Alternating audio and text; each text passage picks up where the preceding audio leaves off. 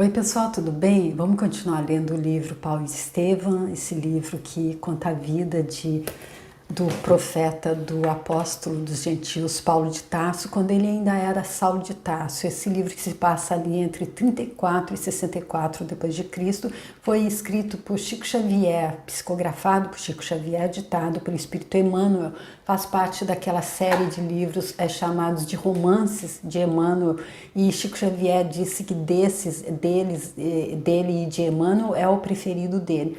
Eu, quando fui visitar a fazenda Modelo lá em Pedro Leopoldo, me contaram que enquanto ele psicografava esse livro, que foi o primeiro dessa série, havia sempre um sapo ali com ele, que ele psicografava esse livro acompanhado desse sapo, e eu já contei isso porque eu acho super interessante, que esse sapo com certeza era muito sábio, ele sabia aproveitar então ali essa energia tão forte que sai desse livro, que traz tantas lições para a gente que está atravessando essa jornada aqui, para a gente que precisa entender que a vida é regida por leis que são iguais para todos e entender especialmente a lei da causa e efeito, para que a gente nunca se sinta vítima, para que a gente se responsabilize pelos nossos atos e entender a grandiosidade do amor de Jesus Cristo por nós. Esse livro, que conta essa história verídica, traz todos esses ingredientes. Ele é fantástico, maravilhoso. Estou amando ler novamente.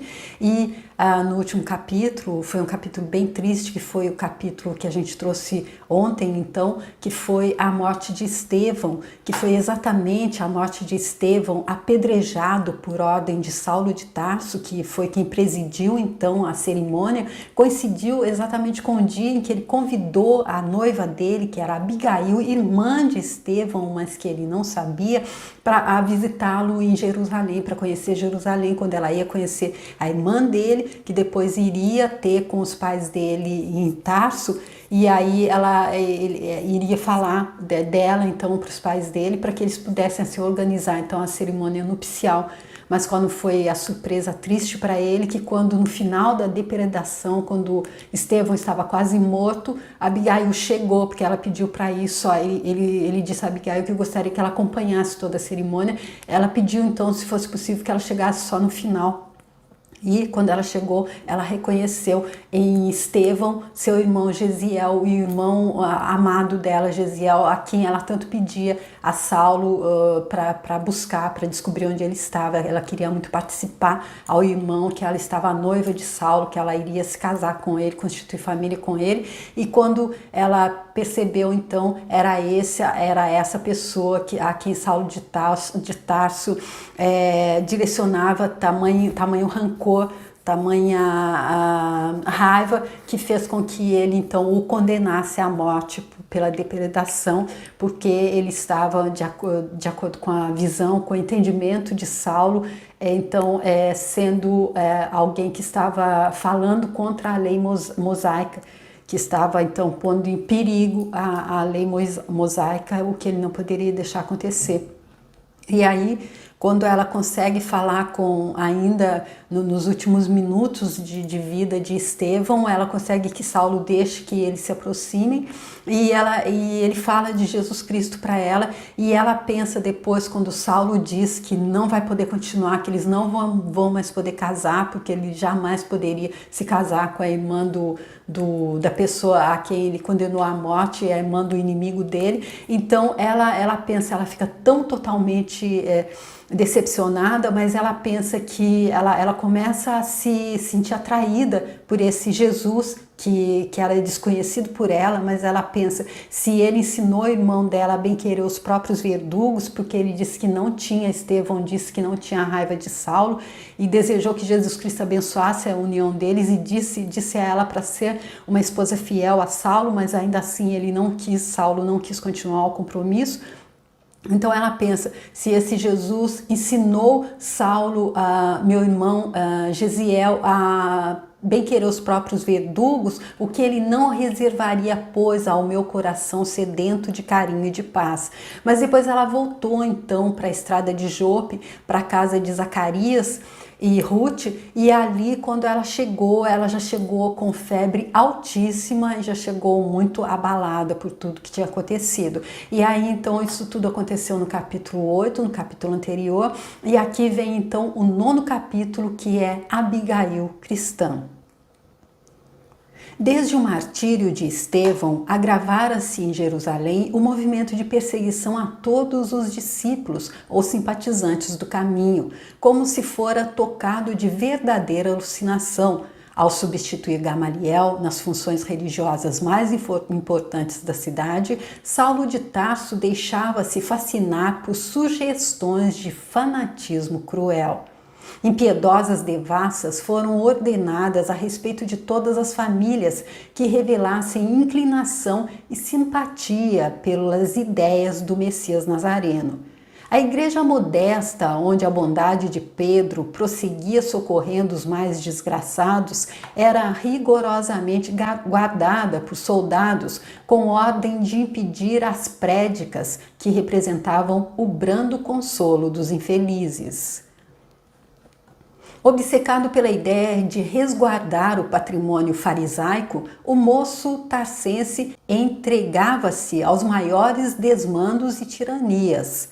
Homens de bem foram expulsos da cidade por meras suspeitas. Operários honestos e até mães de família eram interpelados em escandalosos processos públicos que o perseguidor fazia questão de movimentar. Iniciou-se um êxodo de grandes proporções, como Jerusalém de há muito não via. A cidade começou a despovoar-se de trabalhadores. O caminho havia seduzido para as doces consolações dele a alma do povo, cansada na incompreensão e no sacrifício. Livre das prestigiosas advertências de Gamaliel, que se retirara para o deserto, e sem a carinhosa assistência de Abigail, que lhe facultava generosas inspirações, o futuro rabino parecia um louco, em cujo peito o coração estivesse ressequido. Debalde, mulheres indefesas suplicavam-lhe piedade. Inutilmente, crianças misérrimas pediram complacência para os pais, abandonados como prisioneiros infelizes. O moço de Tarso parecia dominado por uma indiferença criminosa. As rogativas mais sinceras encontravam no seu espírito um rochedo áspero. Incapaz de compreender as circunstâncias que lhe haviam modificado os planos e esperanças da vida, imputava o insucesso dos sonhos dele de mocidade àquele Cristo que não conseguira entender. Odiá-lo-ia enquanto vivesse. Não sendo possível encontrá-lo para uma vingança direta, persegui-lo-ia na pessoa dos caudatários dele, através de todos os caminhos. A seu ver, era ele, o carpinteiro anônimo, o causador dos seus fracassos em relação ao amor de Abigail, agora envenenado no coração dele, impulsivo por sentimentos estranhos, que dia a dia cavavam profundos abismos entre a figura inolvidável dele e as lembranças que lhe eram mais carinhosas.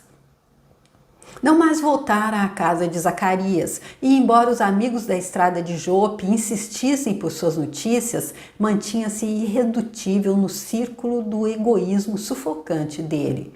De vez em quando, sentia-se premido por uma saudade singular. Experimentava imensa falta da ternura de Abigail, cuja lembrança nunca mais se lhe havia apartado da alma enrijecida e ansiosa.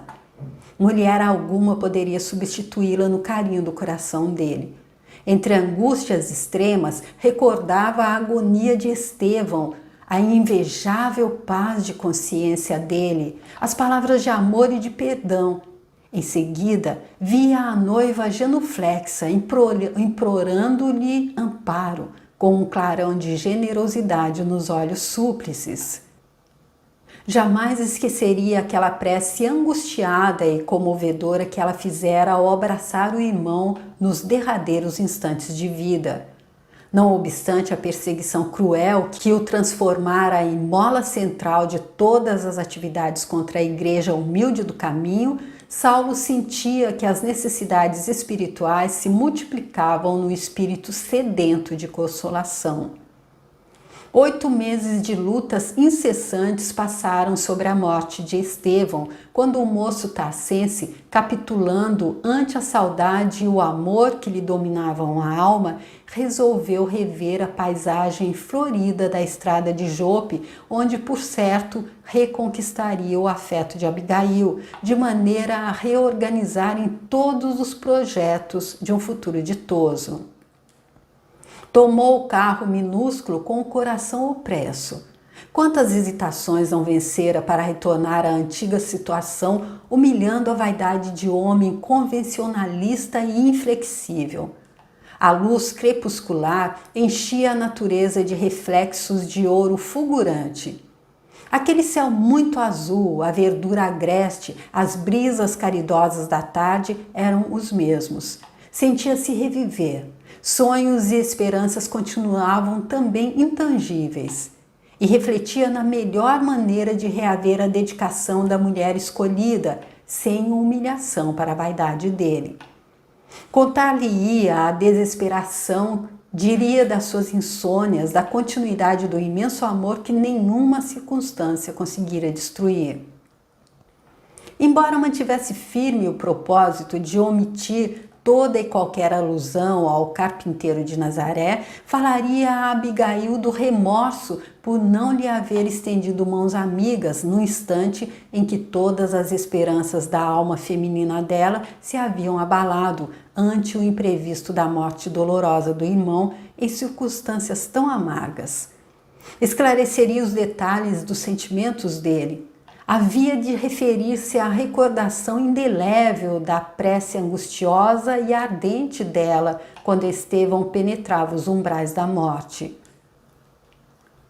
Atraí-la-ia ao coração que jamais a esquecera, beijar-lhe-ia os cabelos, formularia novos projetos de amor e felicidade. Mergulhado em tais pensamentos, atingiu a porta de entrada e identificando as roseiras em flor. O coração batia-lhe descompassado quando Zacarias surgiu com grande surpresa.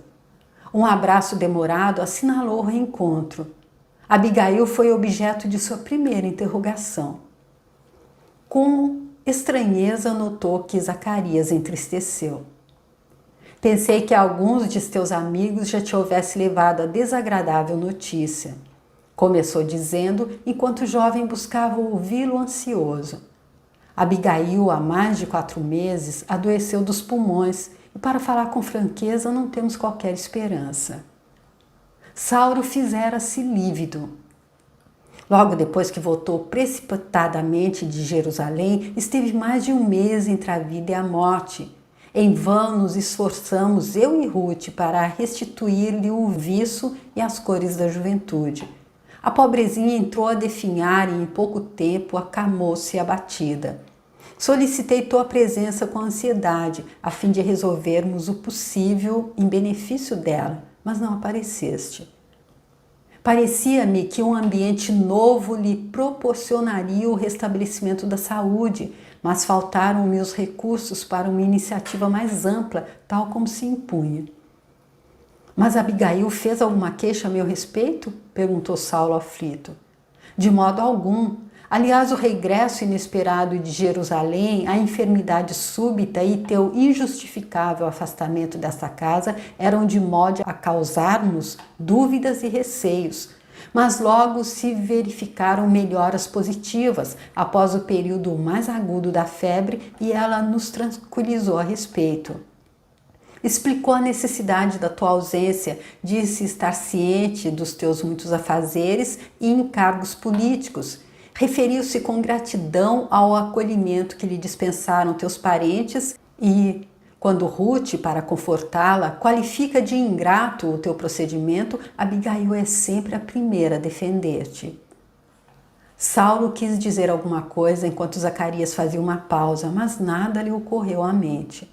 A emoção que lhe causava a nobreza espiritual da noiva amada paralisava-lhe as ideias.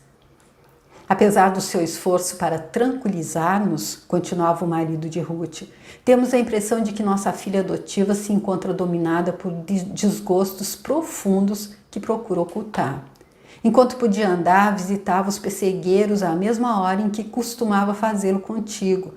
A princípio, minha mulher surpreendeu-a chorando nas sombras da noite, mas em vão procuramos sondar a causa dos íntimos padecimentos dela. O único motivo que alegava era justamente o da enfermidade que começava a minar-lhe o organismo. Mais tarde, estagiou uma semana por aqui um pobre velho chamado Ananias. Deu-se então um fato estranho. Abigail encontrou-o em casa dos nossos rendeiros e todas as tardes detinha-se a ouvi-lo horas a fio, manifestando daí para cá muita fortaleza espiritual. Ao despedir-se, o pobre mendigo deu-lhe como lembrança alguns pergaminhos com os ensinamentos do famoso carpinteiro de Nazaré. Do carpinteiro? Atalhou Saulo, evidentemente contrariado. E depois?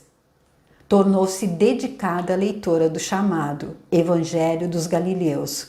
Consideramos a conveniência de afastá-la de semelhante novidade espiritual, mas Ruth ponderou ser essa agora a única distração dela. Com efeito, desde que começou a falar no discutido Jesus Nazareno, observamos que Abigail se enchera de profundas consolações. E o fato é que não mais a vimos chorar, embora se lhe não apagasse do semblante abatido a dolorosa expressão de amargura e melancolia.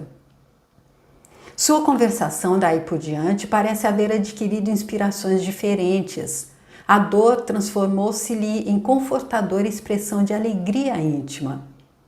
E fala a teu respeito com amor cada vez mais puro. Dá a impressão de haver descoberto nos misteriosos escaninhos da alma a energia de uma vida nova. Depois de um suspiro, Zacarias terminava. E, contudo, a mudança não alterou a marcha da enfermidade que a devora devagarinho. Dia a dia, vemo-la inclinar-se para o túmulo, como flor que tomba do hastil ao sopro do vento forte. Saulo experimentava indisfarçável angústia. Penosa emoção revolvia-lhe a alma generosa e sensível. Como definir-se? Esmagava-lhe o espírito amargurosas interrogações. Quem era, afinal, aquele Jesus que topava em toda parte? O interesse de Abigail pelo evangelho perseguido revelava a vitória do carpinteiro nazareno a contrastar os próprios sonhos da mocidade dele. Mas Zacarias, perguntou irritadiço o doutor de Tarso, por que não impediste semelhante contato? Esses velhos feiticeiros percorrem as estradas disseminando a confusão. Surpreende-me essa condescendência, porquanto nossa fidelidade à lei não admite, ou pelo menos nunca deverá admitir, transigências. O interpelado recebeu a recriminação com serenidade e acentuou: antes de tudo, importa considerar que pedi em vão o socorro da tua presença para orientar-me. E, além do mais, quem teria coragem de sonegar o remédio ao doente amado? Desde que lhe vi a resignação santificada, fiz o propósito de não me referir aos seus novos pontos de vista em matéria de crença religiosa.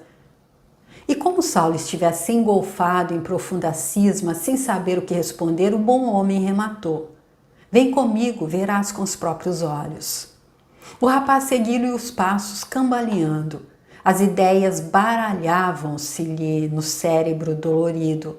Aquelas notícias inesperadas envenenavam-lhe o coração. Reclinada no leito, assistida pela afeição maternal de Ruth, a moça de Corinto estampava no rosto um profundo abatimento.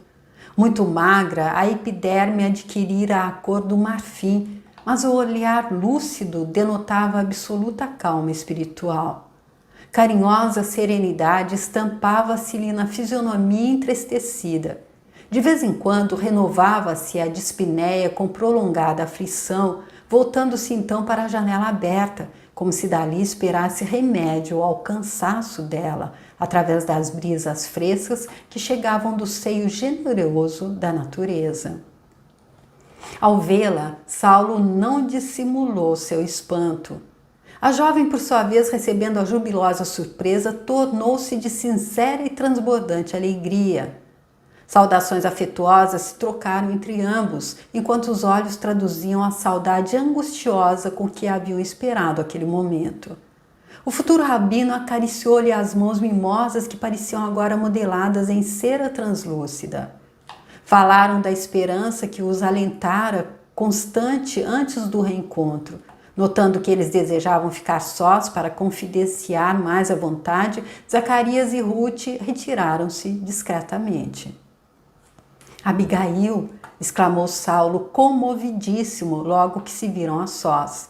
Abdiquei o meu orgulho e a minha vaidade de homem público para vir até aqui, perguntar se me perdoaste, se me não esqueceste. Esquecer-te? Respondeu ela de olhos úmidos. Por mais rude e longa que seja a estação de sol ardente, a folha do deserto não poderá esquecer a chuva benéfica que lhe deu vida. Não me fales igualmente em perdão, pois acaso poderá alguém perdoar-se a si mesmo? E nós, Saulo, pertencemo-nos um ao outro para a eternidade. Não me dissestes muitas vezes que eu era o coração do teu cérebro? Ouvindo o timbre carinhoso daquela voz amada, o jovem de Tarso comovia-se nas entranhas do próprio ser arrebatado e ardente. Aquela humildade e aquele tom de ternura penetravam-lhe o coração, reconquistando-lhe o discernimento para o caminho reto. Guardando entre as suas as mãos pálidas da noiva, exclamou com um lampejo de alegria nos olhos: por que dizes que eras o coração, se ainda és e sê-lo-ás para sempre? Deus abençoará nossas esperanças.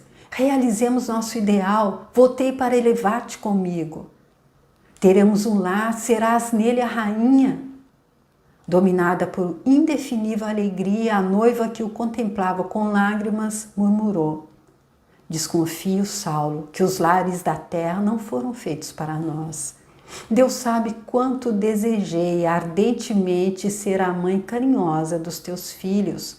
Como conservei o ideal acima de todas as circunstâncias para aformosear tua existência com o meu carinho. Desde menina em Corinto vi mulheres que desbaratavam os tesouros do céu, simbolizados no amor do esposo e dos filhinhos. E pensei que o Senhor me concederia o mesmo patrimônio de esperanças divinas, pois aguardava as bênçãos do santuário doméstico para glorificá-lo de todo o coração. Para exaltá-lo, idealizei a vida do homem amado que me auxiliaria a erguer o altar da prole. E assim que me chegastes, organizei vastos planos de uma vida santa e venturosa, na qual pudéssemos honrar a Deus. Saulo escutava comovido, nunca lhe observara tamanha largueza de raciocínio e lucidez naquele tom de ternura tranquila. Mas o céu, prosseguiu resignada, retirou-me as possibilidades de semelhante ventura na terra. Nos meus primeiros dias de solidão, visitava os lugares ermos como a procurar-te, requisitando o socorro do teu afeto. Os pessegueiros de nossa predileção pareciam dizer que nunca mais voltarias. A noite amiga aconselhava-me a esquecer. O luar que me ensinastes a bem-querer agravava as minhas recordações e amortecia minhas esperanças. Da peregrinação de cada noite voltava com lágrimas nos olhos, filhas do desespero do coração. Embalde procurava tua palavra confortadora, sentia-me profundamente só. Para lembrar e seguir tuas advertências, recordava-me que chamaste a atenção a última vez que nos encontramos para a amizade de Zacarias e de Ruth. É verdade que não tenho outros amigos mais fiéis e generosos que eles. Entretanto, não lhes poderia ser mais pesada na vida além do que sou. Evitei então confiar-lhe minhas angústias. Nos primeiros meses da tua ausência, amarguei sem consolo a minha grande desdita. Foi quando surgiu aqui um velhinho respeitado chamado Ananias que me deu a conhecer as luzes sagradas da nova revelação. Conheci a história do Cristo, o Filho de Deus vivo. Devorei o evangelho dele de redenção, edifiquei-me nos exemplos dele. Desde essa hora, compreendi-te melhor, conhecendo a minha própria situação. Súbito acesso de tosse cortou-lhe a narrativa. As palavras da noiva caíam-lhe no coração como gotas de fel. Nunca experimentara dor moral tão aguda. Verificando a sinceridade natural, o carinho doce daquelas confissões, sentia-se pungido de acerbos remorsos. Como pudera abandonar assim a escolhida da alma dele, olvidando-lhe a fidelidade e o amor? Onde encontrara tamanha dureza de espírito para esquecer deveres tão sagrados?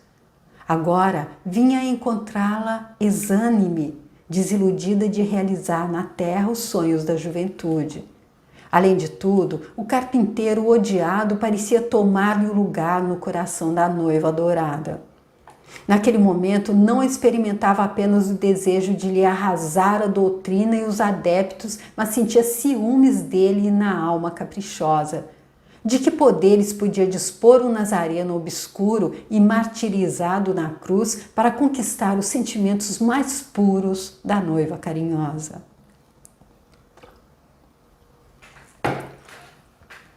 Abigail, disse comovido, abandona as ideias tristes que poderiam envenenar os sonhos da nossa mocidade. Não te entregues a ilusões. Renovemos nossas esperanças. Breve estarás restabelecida. Sei que me perdoaste a morte de teu irmão e minha família te receberá em Tarso com júbilos sinceros. Seremos felizes, muito felizes. Os olhos dele pareciam parar numa região de sonhos deliciosos, procurando reavivar no coração amado seus projetos de felicidade terrena. Ela, porém, misturando sorrisos e lágrimas, acrescentava: francamente, querido, eu também desejaria reviver, ser tua, entretecer teus sonhos de juventude, inventar estrelas para o céu da tua existência. Tudo isso constitui meu ideal de mulher. Ah, se pudesse, buscaria teus parentes com amor, haveria de conquistá-los para o meu coração, ao preço de um grande afeto. Mas presinto que os planos de Deus são diferentes no que concerne aos nossos destinos. Jesus chamou-me para a família espiritual dele. Ai de mim, exclamou Saulo, cortando-lhe a palavra. Em toda parte topo expressões do carpinteiro de Nazaré. Que flagelo!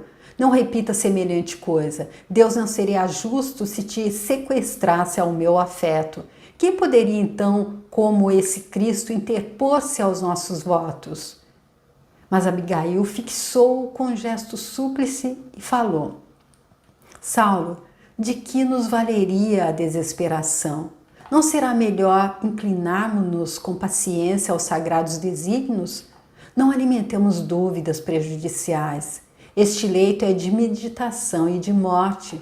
O sangue várias vezes já me golfou prenunciando o fim, mas nós cremos em Deus e sabemos que esse fim é apenas corporal. Nossa alma não morrerá. Amar-nos-emos eternamente. Não concordo, respondia ele extremamente aflito. Essas presunções são fruto de ensinamentos absurdos, quais os desse fanático nazareno que morreu na cruz entre a humilhação e a covardia. Nunca assim foste melancólica e desalentada. Somente os sortilégios galileus podiam convencer-te de tais absurdos funestos. Mas procura raciocinar por ti mesma. Que te deu o crucificado senão tristeza e desolação? Enganas-te, Saulo. Não me sinto desanimada, embora convicta da impossibilidade de minha aventura terrena. Jesus não foi um mestre vulgar de sortilégios, foi um Messias, dispensador de consolação e vida. A influência dele renovou-me as forças, saturou-me de bom ânimo e verdadeira compreensão dos desígnios supremos. O evangelho de perdão e amor dele é o tesouro divino dos sofredores e deserdados do mundo. O jovem não conseguia dissimular a irritação que lhe vagava na alma. Sempre o mesmo refrão, disse confuso. Invariavelmente a afirmativa de ter vindo para os infelizes, para os doentes e afortunados. Mas as tribos de Israel não se compõem apenas de criaturas dessas espécies, e os homens valorosos do povo escolhido, e as famílias de tradições respeitáveis, estariam fora da influência do Salvador? Tenho lido os ensinamentos de Jesus, respondeu a moça com firmeza, e suponho compreender tuas objeções. O Cristo, cumprindo a sagrada palavra dos profetas, revela-nos que a vida é um conjunto de nobres preocupações da alma, a fim de que marchemos para Deus pelos caminhos retos. Não podemos conceber o Criador como juiz ocioso e isolado, senão como Pai desvelado no benefício de seus filhos. Os homens valorosos a que te referes, os forros de enfermidades e sofrimentos na posse das bênçãos reais de Deus, deviam ser filhos laboriosos, preocupados com o rendimento da tarefa que foram chamados a cumprir, à prol da felicidade dos seus irmãos. Mas no mundo temos contra nossas tendências superiores o inimigo que se instala em nosso próprio coração. O egoísmo ataca a saúde, o ciúme prejudica o mandato divino, como a ferrugem e a traça que inutilizam nossas vestes e instrumentos quando nos descuidamos. São poucos os que se recordam da proteção divina nos dias alegres da fartura, como raríssimos os que trabalham à revelia do aguilhão. Isso demonstra que o Cristo é um roteiro para todos, constituindo-se em consolo para os que choram e orientação para as almas criteriosas, chamadas por Deus a contribuir nas santas preocupações do bem. Saulo estava impressionado com aquela clareza de raciocínio, mas a conversação exigira da enferma maior esforço e, consequentemente, fadiga. A respiração tornara-se difícil e não tardou que o sangue lhe borbotasse do peito em prolongada hemoptise. Aquele sofrimento adornado de ternura e humildade comovia e exasperava profundamente o noivo. Compreendeu que seria impiedoso atacar perante a noiva aquele Jesus que lhe cumpria perseguir até o fim. Não queria crer que sua Abigail estivesse nas vésperas da morte. Preferia encarar o futuro com otimismo. Restabelecida, falaria voltar aos antigos pontos de vista dela. Não toleraria a intromissão do Cristo no santuário doméstico. No esforço introspectivo, entretanto, concluiu que precisava dar uma trégua aos pensamentos antagônicos dele para cogitar dos problemas essenciais de sua própria tranquilidade. A jovem enferma, após a crise que durara minutos longos e tristes, tinha os grandes olhos serenos e lúcidos. Contemplando-a naquela doce atitude de suprema resignação, Saulo de Tarso experimentou enternecedoras comoções íntimas. O temperamento arrebatado dele entregava-se facilmente a impressões extremadas. Aproximando-se mais da noiva amada, tinha os olhos úmidos. Desejou acariciá-la como se o fizesse a uma criança. Abigail, murmurou ternamente, não falemos mais de ideias religiosas. Perdoa-me. Recordemos nosso porvir de flores, esqueçamos tudo para consolidar as melhores esperanças. E as palavras lhe borbulhavam ardentes de emoção. O carinho que evidenciavam era sintoma do arrependimento e das aspirações nobres e sinceras que lhe trabalhavam agora no espírito angustiado. Entretanto, como se fora presa de singular abatimento depois do esforço despendido, a jovem de Corinto estava lânguida, receando prosseguir no colóquio em virtude dos acessos de tosse que a ameaçavam frequentemente. O noivo, preocupado, compreendeu a situação e, apertando-lhe as mãos transparentes, beijou-as enternecido. Precisas repousar, disse com inflexão carinhosa. Não te preocupes por minha causa, dar-te-ei de minhas próprias forças. Breve estarás restabelecida.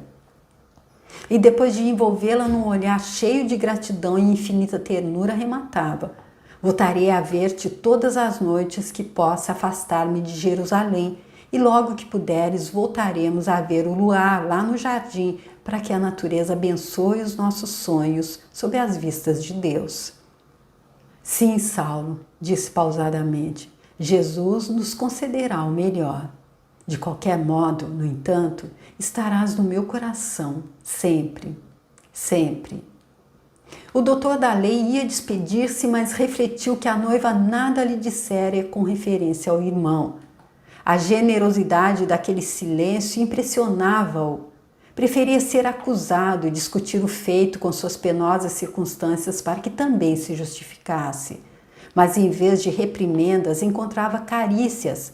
Em vez de exprobações, uma tranquilidade generosa com que a meiga jovem sabia ocultar as profundas feridas que lhe iam na alma. Abigail exclamou algo hesitante.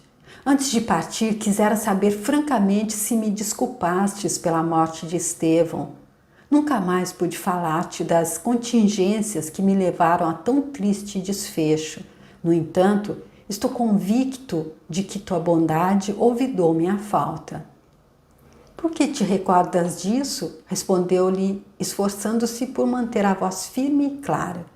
Minha alma está agora tranquila. Gesiel está com o Cristo e morreu legando-te um pensamento amistoso. Que poderia eu reclamar de minha parte se Deus tem sido tão misericordioso para comigo? Ainda agora estou agradecendo ao Pai justo de todo o coração a dádiva da tua presença nesta casa. Há muito vinha pedindo ao céu que não me deixasse morrer sem te rever e ouvir. Saulo calculou a extensão daquela generosidade espontânea e teve os olhos úmidos. Despediu-se. A noite fresca estava repleta de sugestões para o espírito dele. Nunca meditara nos insondáveis desígnios do Eterno como naquele momento em que recebera tão profundas lições de humildade e amor da mulher amada. Experimentava na alma opressa o embate de duas forças antagônicas que lutavam entre si para a posse de seu coração generoso e impulsivo. Não compreendia Deus senão como um Senhor poderoso e inflexível. À vontade soberana dele, dobrar-se-iam todas as preocupações humanas, mas começava a perquirir o motivo de suas dolorosas inquietudes, porque não encontrava em parte alguma a paz anelada ardentemente. E, todavia, aquela gente miserável do caminho entregava-se às algemas do cárcere sorridente e tranquila. Homens enfermos e valitudinários, isentos de qualquer esperança do mundo, suportavam-lhe as perseguições com louvores no coração. O próprio Estevão, cuja morte lhe servira de exemplo inesquecível, abençoara-o pelos sofrimentos recebidos por amor ao carpinteiro de Nazaré. Aquelas criaturas desamparadas gozavam de uma tranquilidade que ele desconhecia. O quadro da noiva doente não lhe saía dos olhos. Abigail era sensível e afetuosa, mas lembrava a sua ansiedade feminina, a intensidade de suas preocupações de mulher, quando eventualmente não conseguia comparecer com pontualidade no adorável recanto da estrada de Jope. Aquele Jesus desconhecido proporcionara-lhe forças ao coração. Se era inconteste que a enfermidade lhe extinguia a vida aos poucos, também evidente era o rejuvenescimento das energias espirituais dela. A noiva falara-lhe como que tocada de novas inspirações. Aqueles olhos pareciam contemplar interiormente a paisagem de outros mundos. Essas reflexões não lhe deram ensejo à admiração da natureza. Reentrando em Jerusalém, guardou a impressão de que despertava de um sonho. À frente dele desenhavam-se as linhas majestosas do grande santuário. O orgulho de raça falava-lhe mais forte ao espírito. Era impossível conferir superioridade aos homens do caminho, Bastou a visão do templo para que encontrasse em si mesmo os esclarecimentos que desejava. A seu ver, a serenidade dos discípulos do Cristo provinha naturalmente da ignorância que lhes era panágio. Geralmente, os que se afeiçoavam aos galileus eram apenas criaturas que o mundo desclassificara pela decadência física, pela educação falha, pelo supremo abandono. O homem de responsabilidade, por certo, não poderia encontrar a paz a preço tão vil. Figurara-se-lhe haver resolvido o problema. Continuaria a luta. Contava com o breve restabelecimento da noiva.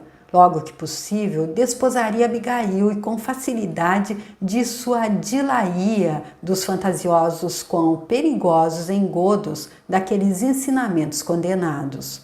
Do âmbito de seu lar feliz, prosseguiria na perseguição de quantos esquecessem a lei, trocando-a por outros princípios. Esses raciocínios lhe acalmaram, de certo modo, as inquietações. Mas no dia seguinte, manhã alta, um mensageiro de Zacarias golpeava-lhe a alma com uma notícia grave. Abigail piorara, estava agonizante. Incontinente, tomou o caminho de Jope, ansioso de arrebatar a bem-amada ao perigo iminente. Ruth e o marido estavam desolados. Desde a madrugada, a enferma caíra em penosa prostração. Os vômitos de sangue sucediam-se ininterruptos. Disse-ia que só esperava a visita do noivo para morrer. Saulo escutou-os, lívido como cera. Mudo dirigiu-se para o quarto onde o ar fresco penetrava embalsamado, trazendo a mensagem das flores do pomar e do jardim, que pareciam enviar despedidas às mãos delicadas e carinhosas que lhe haviam dado a vida. Abigail recebeu-o com um raio de infinita alegria nos olhos translúcidos. O tom de marfim do semblante abatido acentuara-se rapidamente. O peito arfava-lhe precípite, o coração batia sem ritmo. A expressão geral dela evidenciava a derradeira agonia. Saulo aproximou-se angustiado. Pela primeira vez na vida sentia-se trêmulo diante do irremediável. Aquele olhar, aquela palidez de mármore, aquela aflição tocada de angústia anunciavam-lhe o desenlace. Depois de inquiri-la quanto à razão daquele abatimento inesperado, tomou-lhe as mãos flácidas banhadas do suor frio dos moribundos. Como foi isso, Abigail? Dizia perturbado. Ainda ontem deixei-te tão esperançado, pedi sinceramente a Deus que te curasse para mim.